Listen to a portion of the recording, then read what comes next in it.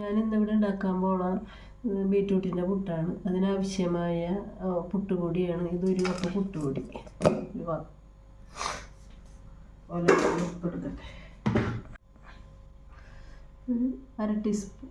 അര ടീസ്പൂൺ ഉപ്പ് മിക്സ് ചെയ്യാം. നന്നായിട്ട് പൊടി നന്നായിട്ട് മിക്സ് ചെയ്യാം.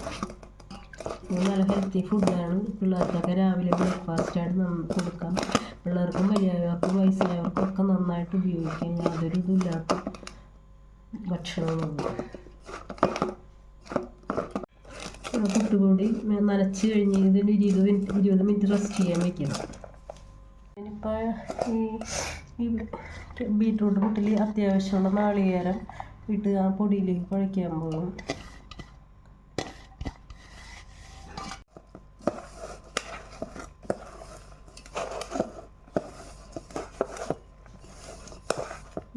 നെയ്യ് ഒഴിച്ചിട്ട് അതിൽ ബീറ്റ്റൂട്ടൊക്കെ ഇട്ട് ഒരു 2 മിനിറ്റ് വാട്ടണം.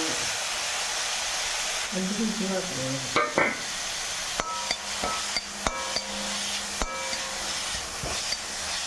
ഇതിൽ നിങ്ങൾക്ക് വേണമെങ്കിൽ മുളക് പൊടി അല്ലെങ്കിൽ പച്ചമുളകോ വേപ്പിലയോ എന്തെങ്കിലും ഇട്ട് ഈ പുട്ടിലേക്ക് ചേർക്കാൻ പറ്റും. ഞാനിതൊന്നും ചേർക്കുന്നില്ല. ഞാൻ ഈ ബീറ്റ്റൂട്ട് മാത്രം വാട്ടി ഞാൻ ഈ പുട്ടുപൊടിയിലേക്ക് ചേർത്ത് നമ്മൾ പുട്ട് ഹെൽത്തി ഫുഡ് ഉണ്ടാക്കാൻ പോകണം.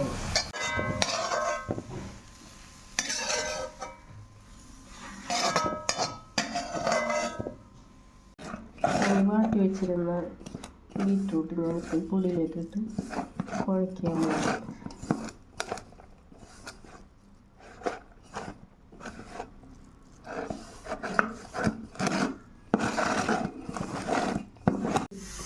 പുട്ടുകുറ്റിയിലേക്ക് ഇടണേണ്ട. പുട്ടുണ്ടാക്കാൻ വേണ്ടി ബീറ്റ്റൂട്ട് പുട്ടുണ്ടാക്കാൻ വേണ്ടി പുട്ടുകുറ്റിയിലേക്ക് ഇടണം. കുറേശ്ശെ